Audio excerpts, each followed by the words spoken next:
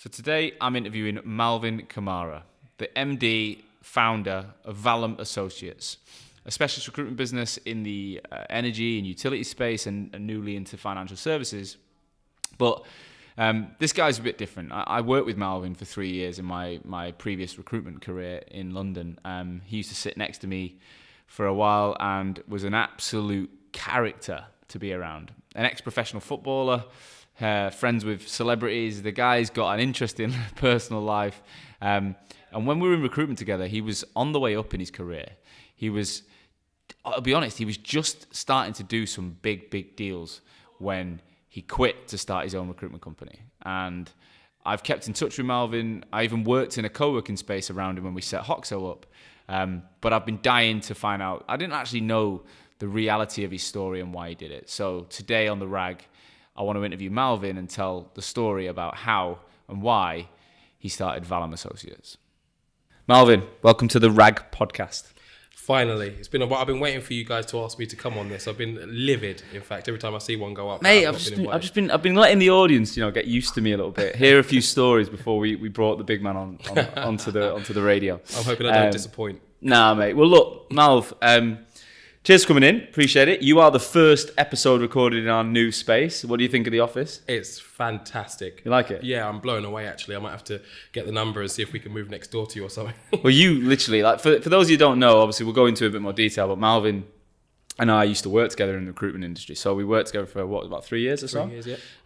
And when I started Hoxo, we jumped into a co-working space in a Regis Business Lounge with you. So You saw it from the first day. From day one. Mobile phones, laptops. That was it. Getting complained at for making too much noise in the business lounge. I remember filming in the business lounge some absolute shit video on my iPhone, and you were just laughing because some guy kept telling us to be quiet. JJ, who's obviously behind the cameras today, he was our first hire. You remember him as well? Yeah. I remember JJ. I remember seeing it grow from employee number 1 to what you have now, which is phenomenal growth. It's exciting, isn't it? Well, look, this isn't about us. This is about you. All right. So. The Rag podcast is all about telling stories of people that have grown businesses, and obviously you guys. How long have you been in operation now? So we've been going for nearly 4 years. It's coming up to our 4th birthday, but as a true recruitment company in inverted commas, probably 2 years, because the first 2 years was really just myself working from business lounges, working from hotels, but actually as the first employee coming in, this is coming up to 2 years now. All right, well look, let's go backwards. Let's set the scene a little bit, right? Well, first question is just intro. Who's Vallum? Who are you? Yep. So Vallum is a dedicated recruitment company to the energy and utilities and now financial services markets. Ooh. I suppose we class ourselves as a bit of a recruitment plus model in the fact that we do recruitment in the traditional sense, interim and full-time employees, but we also have a dedicated consultancy part of the business. Right. Which is architected, I suppose, differently from your typical consulting houses in the fact that we have associates from all over industry, typically energy and utilities people and financial services people. But we supplement that with non-utilities and non-financial services thinking. So we've got people from the likes of Starbucks, Apple, First Direct who can come in and bring different ways of working. And that was the brainchild of one of my business partners, a chap called Jason Sharp, who's the former managing director of a company called OVO Energy, who achieved kind of fast scale growth in the energy market. So he kind of brought that experience and that kind of thinking to the recruitment business that we have now. So you energy, utilities and financial services. Yep. How many staff you got now? So there's 6 of us in the business. Is that including Jason and... That doesn't include Jason. So there's 8 of us in the entire business, right. 6 in the recruitment team. We're going through a round of recruitment now to hopefully grow that to 8 within the next 3 months. But is the toughest thing ever. Ironically, recruiters struggle to recruit. Oh my God, literally define irony. That's why I started the second Business Connect this year, but we'll talk about that. Look, let's go back. So yes, I've had some amazing guests so far, and I will continually interview recruitment owners, but there probably won't be many that have got a relationship like we've got. So I walked into London in 2012, joined Venquis, having had a bit of experience, and you were sat on the desk opposite me, and you'd only just started. So tell the story of what were you doing before recruitment? I don't want to go into too much of the recruitment stuff because that is the point of the recruitment roller coaster, but we have to tell your story because it's a bit different. So firstly, tell the listeners, what were you up to before? So right before joining Venquis, I was unemployed for about 1.5 years, like literally working on job seekers allowance and playing semi-pro football. But the job before recruitment was a professional footballer. Yeah.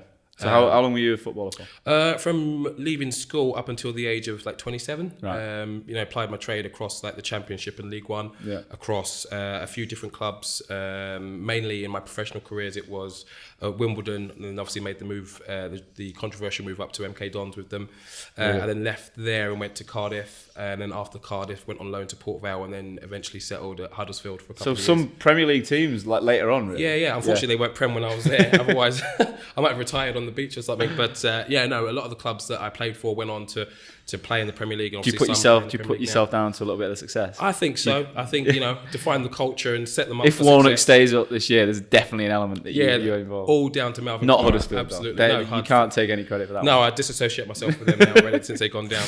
Sorry to any Huddersfield fans listening. So you played football for a long time. Why did you stop playing? It was a combination of things, really.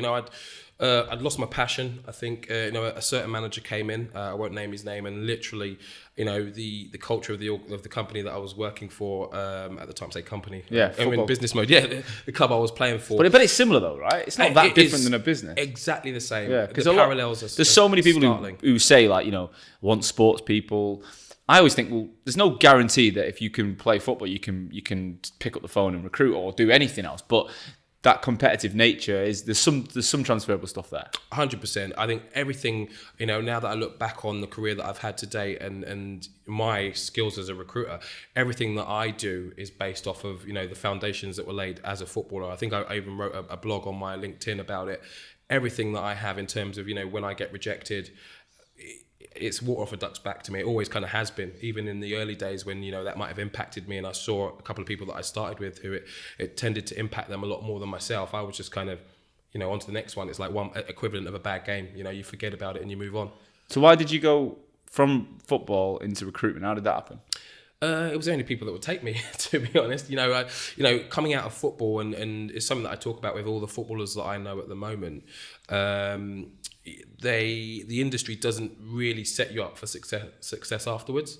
There isn't much of a process or a support network when you come out of football to help you transition into the real world. Yeah. So it's a case of every footballer, unless you're obviously a David Beckham or a Rio Ferdinand who's earned multiple millions, 90% of the footballers who stop playing are going to have to work again. We spoke about this before. It's a really challenging time. I think the glamour of the industry, if you're not top player, you've got such a short career, and then you're like, shit, what do I do next? It is tough, and I have no doubt. I talk about it quite pragmatically now, and tell people about my experiences when I came out. But 100%, I was depressed, had no idea what to do in my life. Went through a journey that I see a lot of my friends going on now at the moment when they're coming out of the sport, where what has defined you for so long is no longer there. So it's almost a case of rediscovering yourself. What am I good at? What do I like?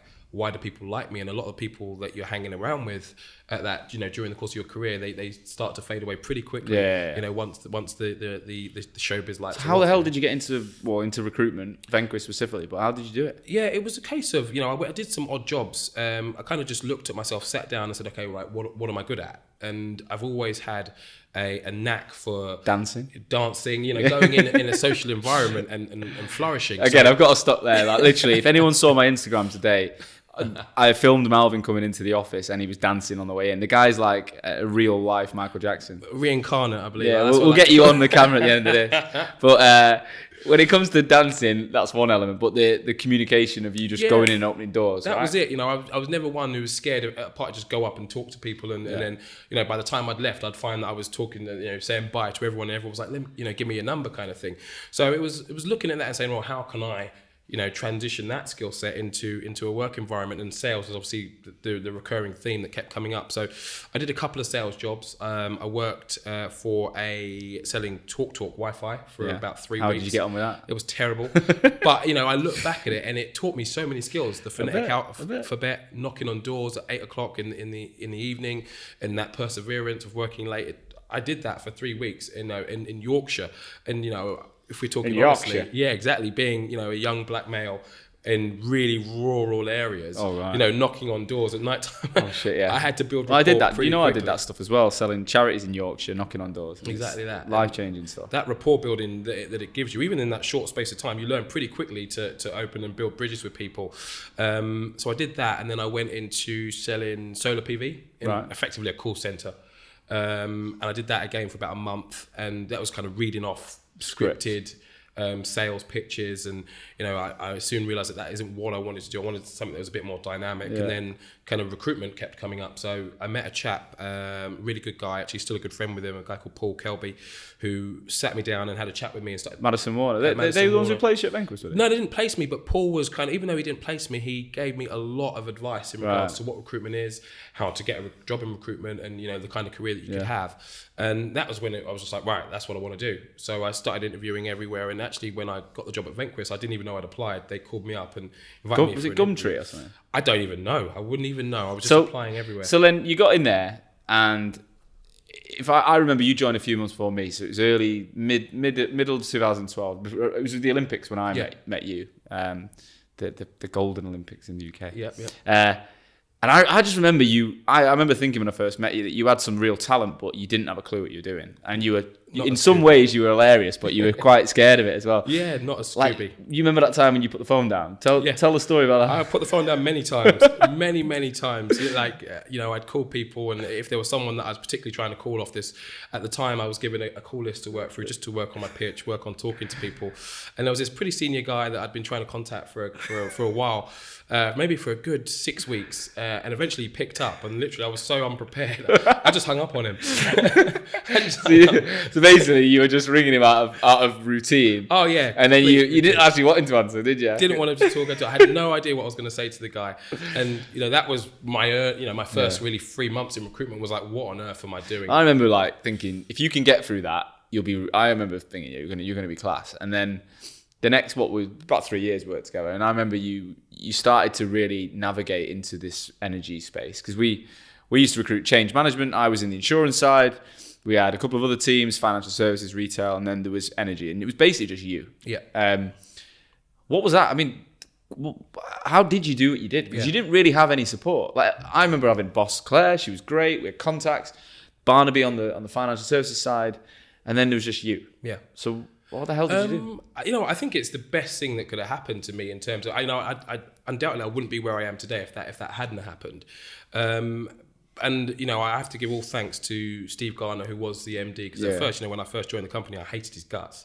He always had a thing for you, though. Yeah, and then it was maybe about after 7-8 months, you know, when I think he saw the effort that I was putting in, because I was effectively by myself trying to putting the phone down. Yeah, and he would always call me in and just give me little tidbits of advice, but everything he said to me kind of resonated, and I was fortunate enough that you know, whilst I was quite, you know, I don't want to say I was a big ego, or I was a big you're a big character in Massive the office, character. But I didn't have an ego whereby I wasn't prepared to learn off people. And you know, sometimes, you know, there were certain people in the office who, I won't name his name, but it was telling me off for not being on the phone. But what he didn't realize is what I was doing was listening to you, listening to, you know, the other people who I thought were good recruiters, and just taking little bits off of, you know, how you went about your day-to-day conversations with people, and putting that into my own repertoire and putting my own twist on it. And that's how I kind of built all of my skill set in terms of how I approach recruitment. Just, you know, learning off other people and bringing that into my own portfolio of skills. And then really just, you know, adding work ethic to that, and getting out and talking to everyone, using my natural skills that I had to build relationships. You know, I knew if I could do those two successfully, that eventually it would happen. And you know, after about a year, you know, the deal started to come in, and effectively, you know, the energy desk was built out. You started doing like some mad deals, didn't you? Like, you did like a 50 grand fee or something. Yeah. That was all down to purely just relationship. You know, that for that fee, I did nothing. And it sounds crazy to say that, but you know, I met someone. He told me what he wanted, and I'd already, because I was just calling everyone every day because I didn't have jobs. I'd already spoken to a couple of people that matched what he'd said to me. So I literally just went back to the office. The first phone call I made was that exact guy who ended up getting the job. And, you know, although it was a long process, you know, ended up doing, I think at the time it was the second biggest deal. He got capped, didn't it? He got capped. Yeah, it should have been the biggest, but he got capped. But that was purely down to just activity and just being on the phones on a daily basis, because I didn't have anything that was kind of given. So look, when you left, I remember you leaving. I remember thinking, fucking hell, I didn't see that coming. And you to go out and start. Did you start something straight away? Or did you go and work for someone? Yeah, no. Well, and what was the why did it happen? What? Yeah. So tell us, paint the picture. I was loving Rehnquist, to be honest, and I was learning. And you know, if I look back, I probably did leave a little bit too quickly in the sense that I hadn't had the experience that you had or some of the other people had of, you know, having a team built around you. Because you weren't necessarily like, you would, if anything, you were just getting going. Like you banged a few big deals in, but you weren't like, that kind of that guy who's going, I'm getting a bit bored now, I'm going to go do something. If anything, you were really on the way up. And then it was like, bang, he's gone. Yeah. So what made you do it? It was a little bit, I mean, I didn't know it at the time, but, you know, I'd done certain things when I left football of trying to set up different businesses. I tried to set up a fashion business. And luckily at the time I had a couple of friends who were playing in the Premier League, and, you know, You're thinking about fashion today, you like it? Yeah, I'm loving it, actually. I've not wore a beanie hat. Shabby chic. Oh, mate, I haven't worn a beanie hat probably in about 2 years. And I woke up, you know my grey hair. It's the hottest day of the year. You know my grey hair. But seriously, when I'm getting my hair cut tonight, and when it's grey and when it's not been done for a while, it's just not worth it. Like, I wore a cap yesterday, a hat. You rock it well, man. You rock it well. Well, cheers, mate. So I could have got into your fashion business. But anyway, carry on. Yeah, so that failed miserably. But, you know, I learned so many lessons from that. And luckily, probably unluckily for my friends who'd given me the money to do so, you know, I learned so many lessons of how to not set up a business. So that was my first, I suppose, entrepreneurial venture. And then went to work for someone. And then I was approached, because I'd got really well into the smart metering world. I was approached by a couple of consultants from HP who were looking to set up their own consultancy and wanted me to do kind of consultancy sales. And that had always kind of attracted me in terms of some of the people that I was dealing with and the money that they were earning. I thought, you know, I can do this. This is something that I can do. And they were going to give me, you know, shares in the business, and it was going to be great. We were going to go on and, you know, challenge the likes of EY, HP, and all this kind of good stuff. And so that was why you were leaving, right? That's why I left. So it wasn't Vallum at the time that you left. No. Vallum wasn't even you know, owning my own recruitment business wasn't even right. So in the back of my head. So what was it? You were going to go and work in a startup consultancy. Yeah. Oh yeah, because you were doing like your Prince 2 and project management. That. So you had all these project management for dummies books. I was reading. I just thought you were learning about your candidates, but you. Go on. I was going to be selling transformation services to the market. Yeah. And, you know, again, I went on a journey with those guys of doing a business plan, working on the go-to-market strategy, doing competitor analysis, all of this kind of good stuff that was kind of preparing me for what I was going to do eventually, although at the time I didn't know I was doing it. And then we launched, and, you know, for me, they made a number of mistakes in terms of, you know, trying to grow too quickly. We were a startup and thinking we were going to go in and, you know, win business after 2-3 months. So the appetite from who were the directors at the time, you know, shifted from, you know, we're going to give this time, we're going to build out a proposition. And we didn't really, if I look back, have a proper proposition to take to market. It was just hoping that my networks were strong enough that I could introduce them, and that was it. You know, we had nothing other than that. Yeah. And, you know, I'd never written a tender before. I'd never done anything like that or been part of any proposal process. So I knew nothing about that side. I was going to be learning all of that as I went along. And then after 6 months, you know, they were panicking. Oh my God, where's the business? Where's the business? And I was kind of like, well, guys, you know, it's not, for me, this isn't how and I didn't even know, but I was still challenging them, saying, this is not how, you know, a startup is successful. We've got to persevere. It's not going to be easy. If it was this easy, every Tom, Dick and Harry would have a successful consultancy business. We've got to graft. We've got to build out our presence and get to the market. But they reduced my salary and like, oh, okay, well, we're going to reduce your salary to next to peanuts. I was like, well, hold on a minute, why am I going to build a business for you? You know, they were contracting at the time, and my thought process was, you know, you're paying me. So they were on a day rate somewhere. They were on a day rate somewhere, paying you a salary, working around, right? Siloed, doing all the business development with the hope that I was going to win an engagement, and we could either get them or someone else to deliver it and build the business from there. And I didn't have shares in the business at the time. I had to sell. I think it was. Now looking back on it, I was like, why on earth did I sign that? It was like, I think £10 million worth of work. In order for me to get a percentage of the business. Wow. And again, so would you look back and say that was a bad move? Or yeah. In my naivety, I thought it was a great move, and I never regret anything I suppose that I've done. Even coming out of football, doing that, because obviously it got me to where I am today. But 100%, if I'd given myself advice now, I'd probably stay at Vanquist and learn a bit more about recruitment, what it is to manage a team, how do you manage underperformance, how do you identify talent, all of those kind of good things that you need to set up, or I think would help you set up a recruitment business, scale a business, and scale a business more successfully. Okay, so 6 months after you quit, you're at the point where they're about to drop your salary. You're not that keen. What happened then? So I, had a sit down and started thinking about things and knew that I was pretty good. And there was actually a utility software company that had invited me in for a conversation that, they wanted me to potentially go and do sales for them. And at the time, I think they were offering me about 60,000 as a salary. Yeah. I was like, oh, that's nice. If I can do some sales on top of that, I'll be all right, So I started interviewing around actually software sales jobs. Interviewed for a company like Intuit, accountancy software, some other pieces of software, and eventually was offered a job for a security management business. It was effectively selling security services. So if the BBC go to Yemen or wherever it might be, a hotspot, if you need to get their staff out quickly, that organisation would go out and do all of that. So I accepted a job with them, and I was just basically taking my time, thinking, okay, I'll start with them in 4 weeks. So I'm just going to take my time. And then a client called me up and asked if I could help on a recruitment engagement. I was like, well, I'm not doing anything. Why not? Let's give it a bash. So I worked it just basically from a hotel, just started working it, calling around people. But you didn't have any CRM or anything? I had no CRM, just your phone and your LinkedIn. Borrowed laptop and a notepad. I ended up sending 5 CVs. I was going to send 4. And then because I didn't really care, there was a CV that I didn't think she was good enough. I was like, I'll chuck her in there, whatever. So if you're listening, you were good enough. I chucked her in and she got the job. She got the job. So she's your first ever placement? She's my first ever placement. I still talk to her today. So Sarah, thank you. She knows who she is. So it was a large fee, it was approaching like 20 as a fee. And I was like, wow, just made 20k. What do I do? Just made a third of the salary. Yeah, just exactly that. Yeah. So I was like, well, if I'm going to invoice them 20k, I got £20,000. Well, first of all, I needed to invoice them. I didn't even have a commercial vehicle with which to invoice them. So that's you didn't have an accountant, nothing. You didn't have anything. So you didn't even have a company. I had nothing. You're just Malvin, the CV sender. I just had Malvin Kamara. That's all I had. Oh wow. So I had to quickly set up this business. So what did you do then? I went an accountant. No, I went up thinking, you went to Brookson, didn't you? Exactly that. I went to Brooks and I rang people like you, other people who are respected in the industry, and just said, look, I'm going to do this. I got some introductions and ended up just coming up with a name. Wanted something that sounded pretty cool, Latin sounding, Vallum Associates.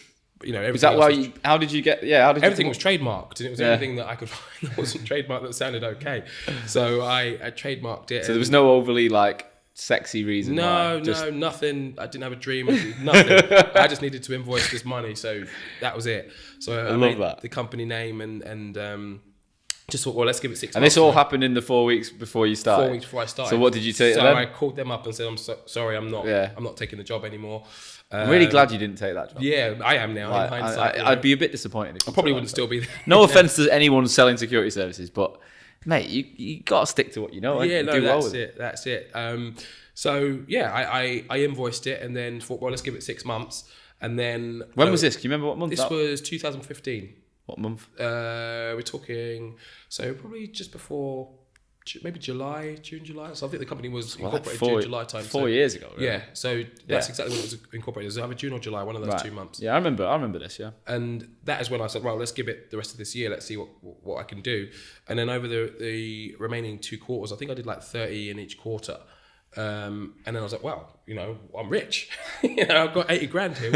So I think that December I went and spent a whole lot of money that I shouldn't have spent. Yeah. And, I did a deal that was supposed to start. And this was really, I think this was the defining moment which made Vallum, because at the time I remember thinking, oh, this is easy. I can do this every month. Yeah, I've been just bang a deal in a month. Exactly that. That's what I thought. And I did about a 17k deal in the December. That was due to start in the Jan, second week in Jan. Yeah, I remember you telling me. And So I think, my ego was up. I was like, this is easy. This isn't so hard.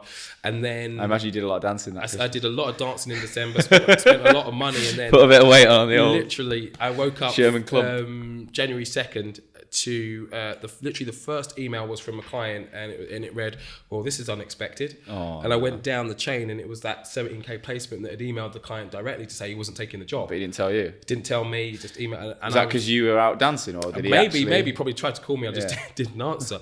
But I just shut the laptop and went back to bed for literally like 2 hours.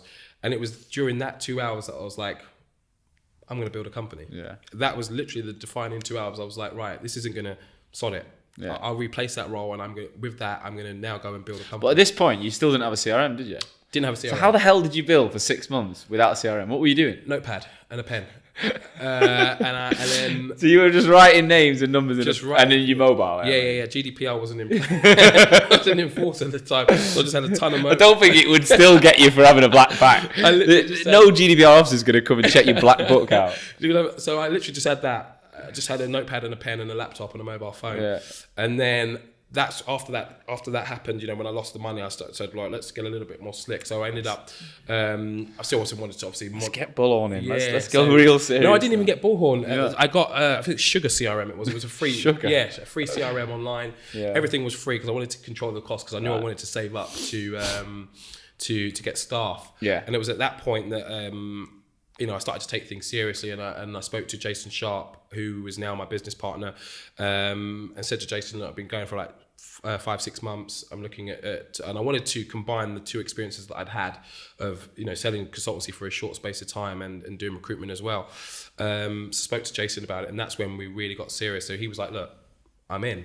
And I knew he was a really well respected person in the industry, and came with a lot of knowledge, and it was a bit more than that, because Jason's background prior to kind of Over Energy was working for like First Direct, Vodafone, and people like First Direct are regarded as best in class when it comes to customer service and things like that. So I thought if I can use that experience as well as capitalize off his contacts, and he can help me in terms of running the business. He's a former MD. I remember speaking to him early days when you set up, and smart bloke. Yeah, clearly really clever guy, and he's entrepreneurial. And so what's the relationship with them? So if there's another guy as well. Yeah, so Jason knew Ralph, and those two had known each other for ages. And Ralph, won't mind me saying, Ralph is the doer of the stuff that needs to be done for back office. Exactly that, and everything that I was terrible at, and I've always been terrible at, even from Malvin Kamara days. Admin, all of those kind of good things.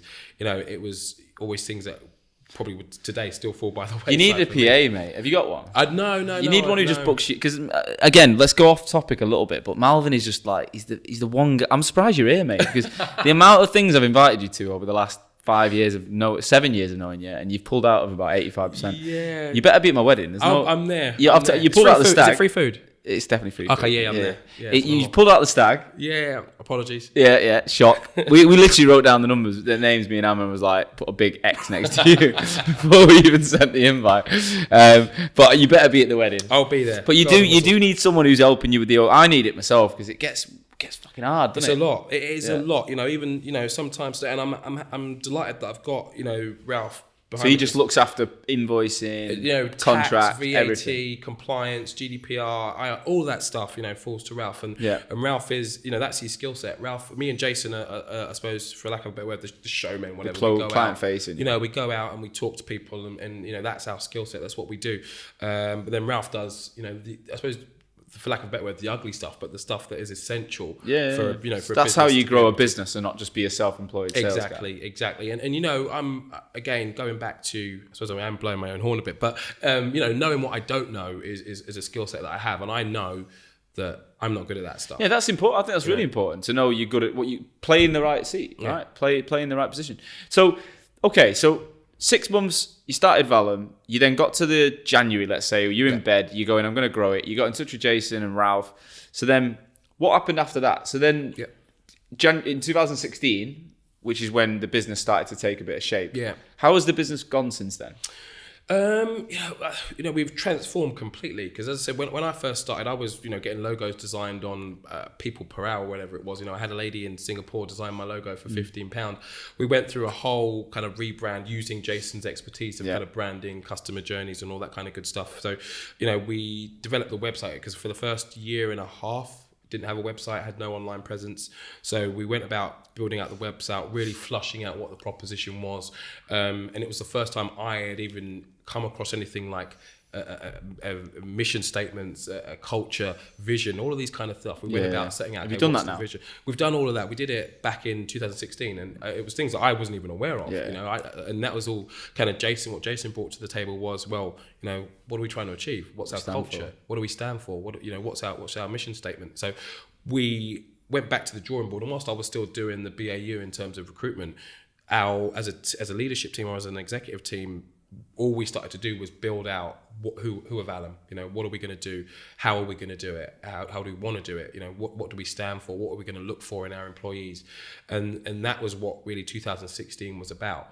And you had one or two staff when I came in? What year are we now? So I think our first member of staff was, when did you join the position? I started so I quit in January 17, so that was when I moved to the office. That was our first employee. Yeah. So 16, and that's why, when I talk about us, we are still in startup phase because we didn't get our first employee till 2017. Yeah. Jan 2017. Yeah, it was about the same time, the wasn't first employee joined Vallum. So the first year and a half was effectively just me for about 5-6 months. So what was that? And me, Jason, and What Ralph. was the biggest change then? Obviously, I think this podcast is all about helping people that are either sat where we used to be in an agency thinking one day we want to own a business. And actually, I don't know about you, but when I was setting up, I think you were the only person I was speaking to. Do you remember? I used to ring you, and we were doing a recruitment company until last minute. You know that's true.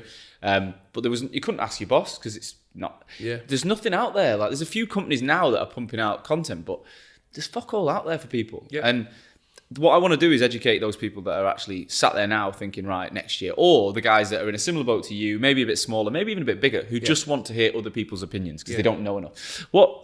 That move to growing people is massive, especially when you didn't do it in your previous life. What was that like?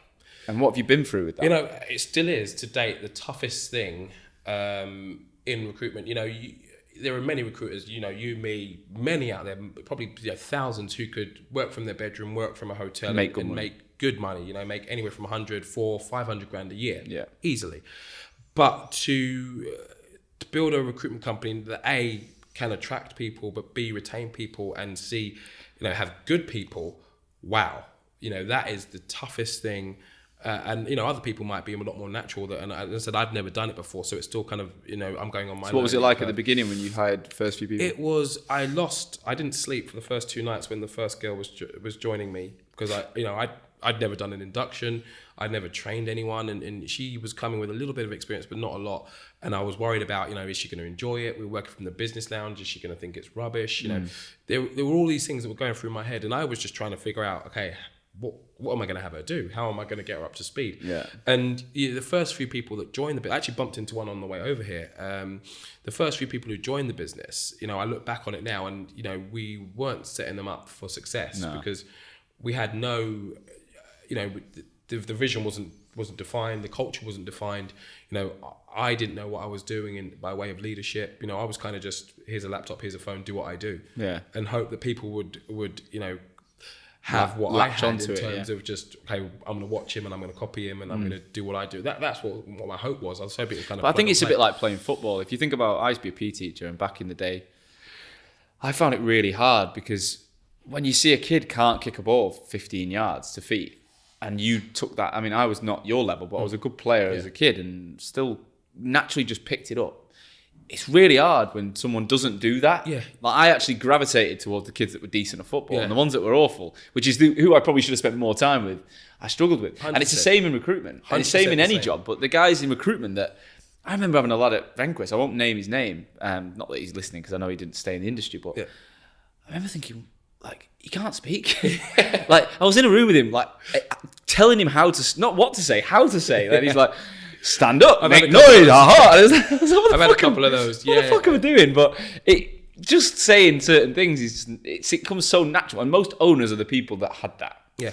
Otherwise, it's very rare you'll get someone who owns a recruitment company who's done it and they were awful at the beginning. Yeah. They're usually the guys that were quite natural, I think anyway. Yeah. But they've also got the grit and the hard work and all that. So did you lose the few people you hired? Yeah, I think, you know, we went through, before the first person stayed who's still with me now, we went through 4 people. I had someone who joined me, you know, when we were in the business lounge, who stayed for 3 hours. What happened there? And left. I shouldn't laugh, sorry. Yeah, because no, and you know what? poor person had a career there, but yeah, these things are you just make me laugh, Marvin. literally, you know, these were the things that defined, you know how, again, that was another moment that, you know, that happened. And then I remember that day going for a walk thinking, what, can I do this? Yeah. And I literally walked for 2 hours. And by the end of the 2 hours, I must look like a complete maniac because I was walking up the road just going, I can. Yeah. I was just repeating that to myself. And I went back in the next day and it was like it had never happened. And I actually felt a bit better because 6 weeks later, he texted me asking for the job back. And I was like, no. No thanks. Yeah, no, you had your chance. Is that the guy we know was there? Yes. Yeah, I remember him. Yeah. So he asked me for his job back. But, you know, those are the kind of things. He had experience as well. He did have experience. Yeah. But, you know, still today, you know, because we're going through a round of recruitment at the moment, trying to bring some people in. And it's amazing, you know. Well, what have you put in place that's actually made it better? Because it's got to have improved in those 2 years. I think the culture first and foremost is the one thing that now that we got one chap in, and we got a bit fortunate with him, I suppose, in an element, but he's almost a custodian of the culture. You know, he matches us, you know, perfectly in terms of what we expect people to do as a Vallum employee. Yeah. And we kind of built around that. And, you know, we set up the infrastructure now where we've got an office and, you know, we're able to implement that infrastructure a lot more. Whereas when we were in the business lounge, it was difficult. Yeah, you don't realise it, do you? Like, I remember being in the same lounge as you, and then we ended up. You remember we used to go to Citizen M? Yeah. Citizen M in Tower Hill, by the way, if anyone's listening who wants to go and get a free co-working space. Yeah. I blagged it for like 6 months. Yeah, it's brilliant. And you were the one who told me about it. And then we just remember, we were in there with you. We were still paying for that. We had 2 licenses in the business lounge for 100 quid each.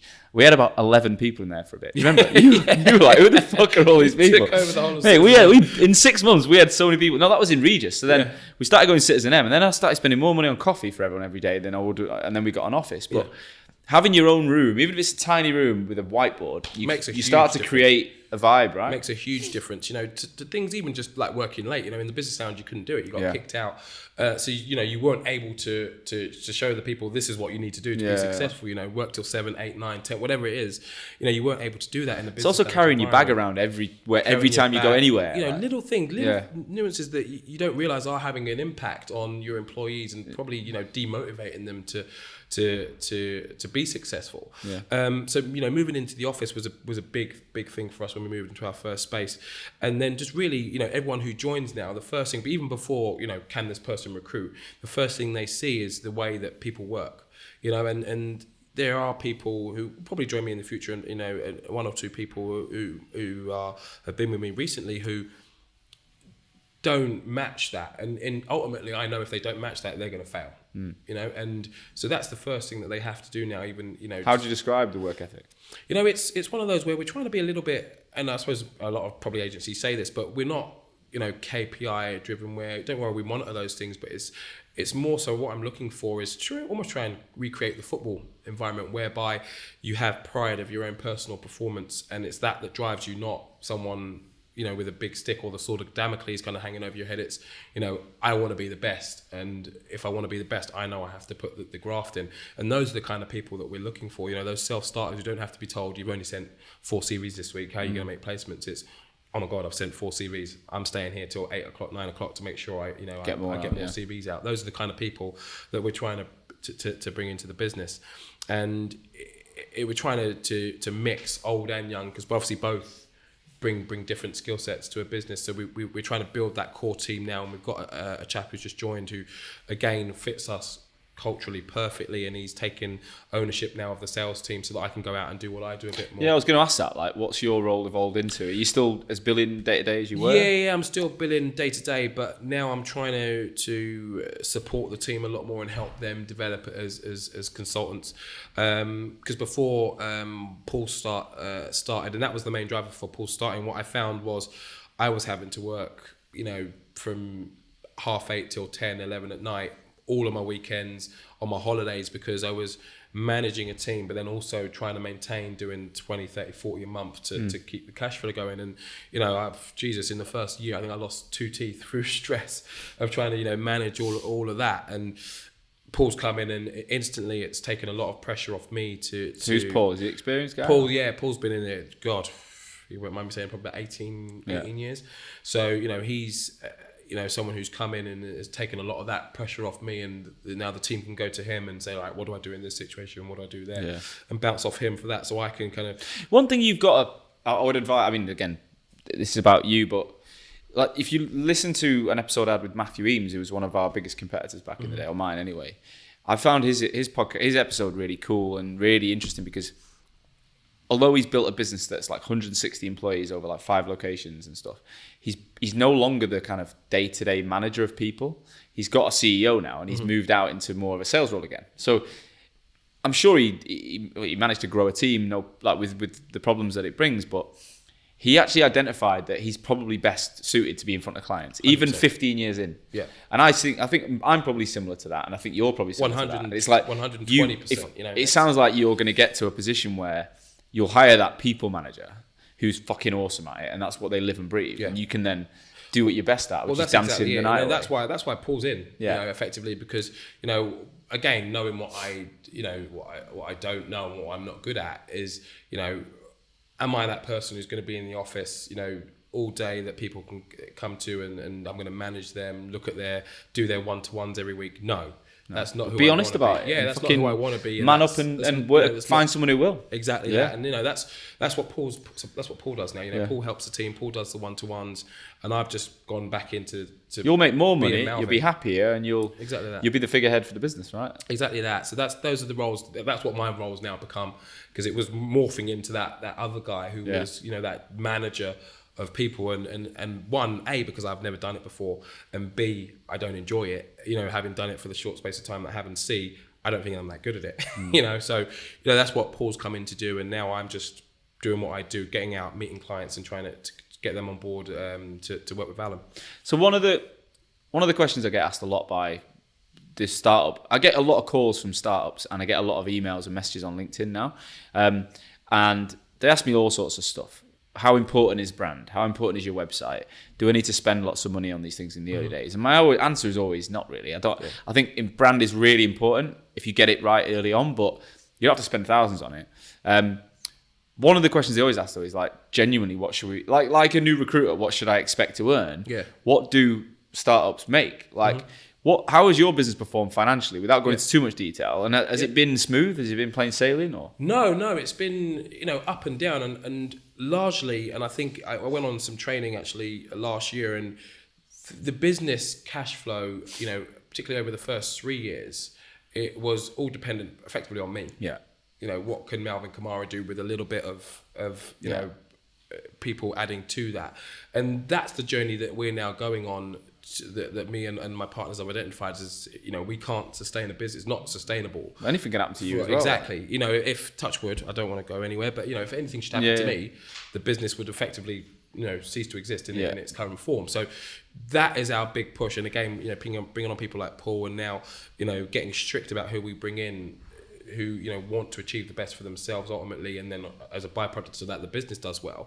You know, that's the journey that we're now going on, to transition from, okay, you know, Malvin Kamara is a great biller, you know, and the business can scale off that to actually be an incredible business that's self-sufficient and is successful in its own right, you know. So if I don't work for a month, the business is still making money, and that's where we're slowly but surely headed.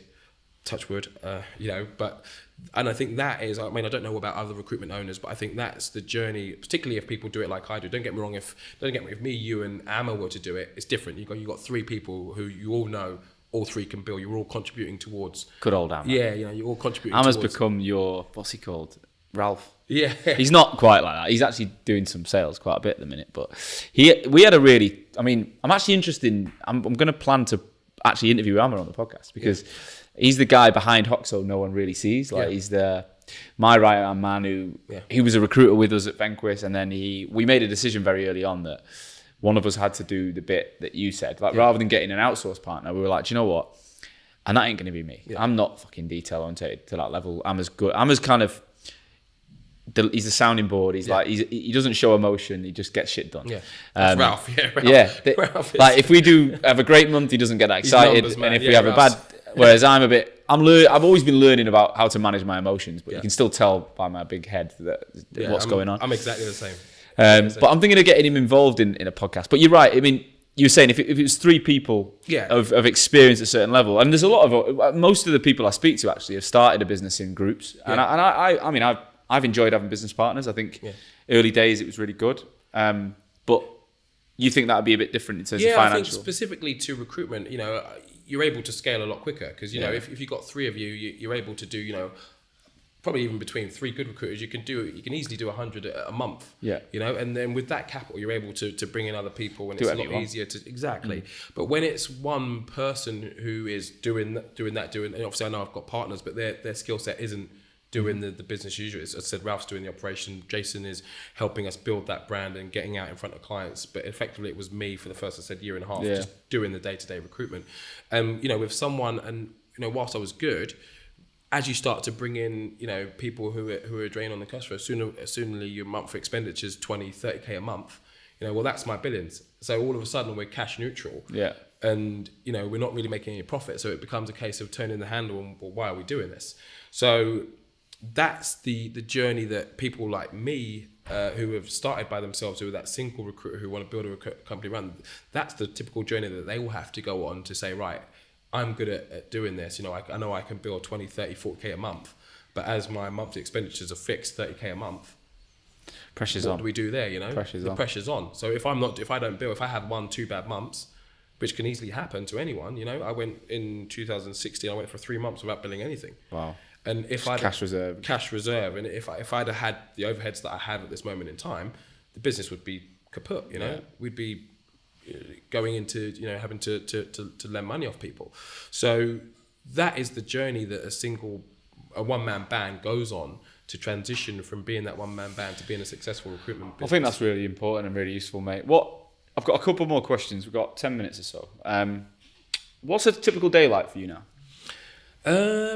Same as always, really. We're non-hierarchical at Vallum, so I come in and I'm there at my desk at typically 10 to 9, have a lovely cup of tea, talk to the guys, and then we crack on. And I'm normally there till 7, 8, 9 at night most days.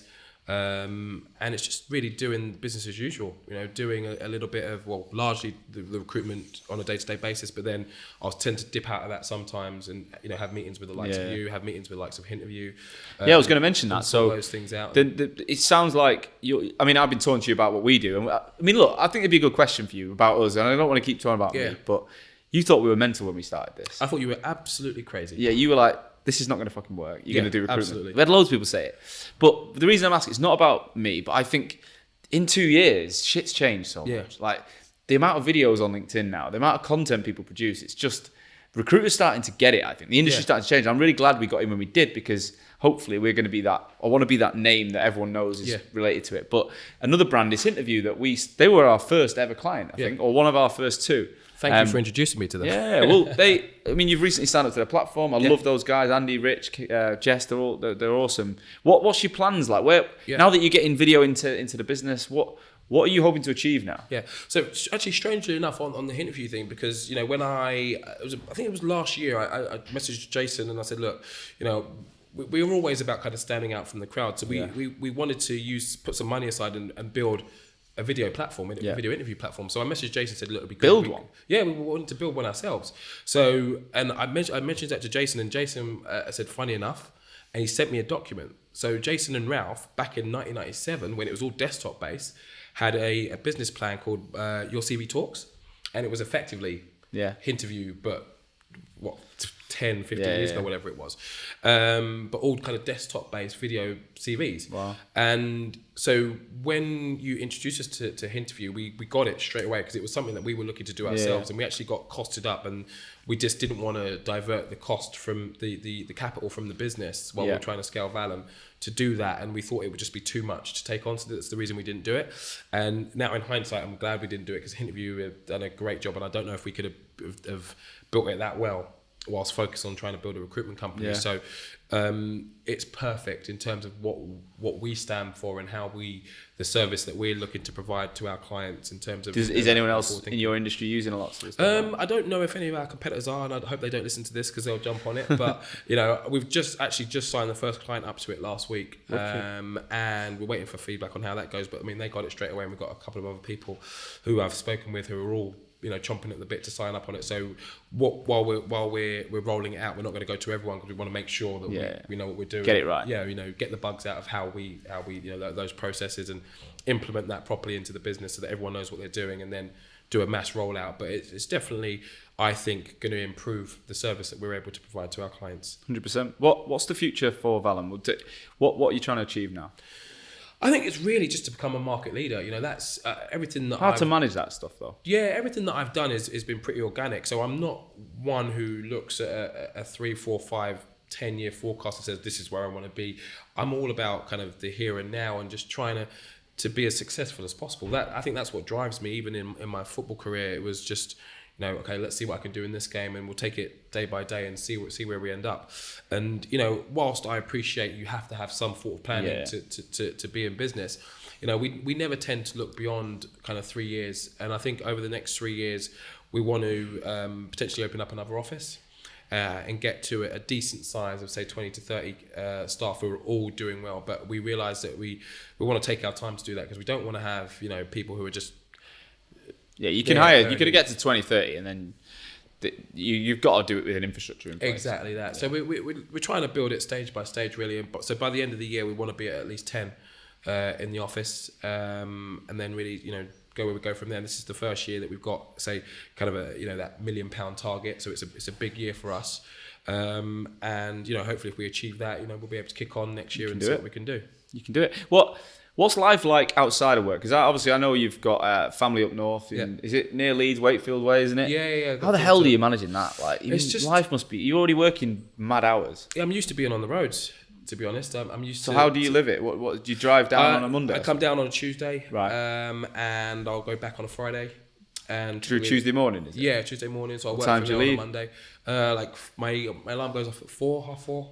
Then I'm on the road, on the train down to the office. I'm normally in the office for like 9 o'clock. Yeah. And then I'll work through till 9, 10, go to bed.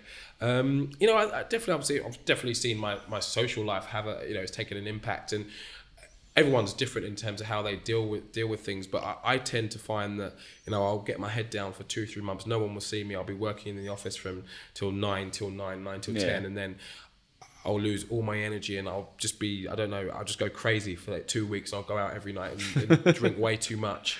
And the stress all becomes a bit too much, and then I reset, and then and that's just one thing that I find though is like, it's really like Fidz works late now. She's a PT, so I having her work later means I'm working later. Yeah. So I used to think, right, try and get home for dinner, try and be home for 7:30, something like that. And now I know she's not back till 10 most nights. Yeah. So I'm like, tonight, after this, I'm going to go watch the City game, but I'll be working while I'm doing it. And it creates, but then what the problem with that is when you get home at 10, you're both then wired from work. Yeah. And it's like 12 before you've even relaxed. Yeah. And then my alarm goes, I'm up at 5 every day now to try and get ahead. And it's oh man, I find it really hard. I'll be honest with you. It's not fucking easy. And you've got to kind of do it remotely and then keep moving. At least I'm in one place. Yeah, it's tough, and I think you got a daughter. It comes down to that entrepreneurial, and I think it's specific to any startup environment that in order to be successful, you got to put those yards in, and I think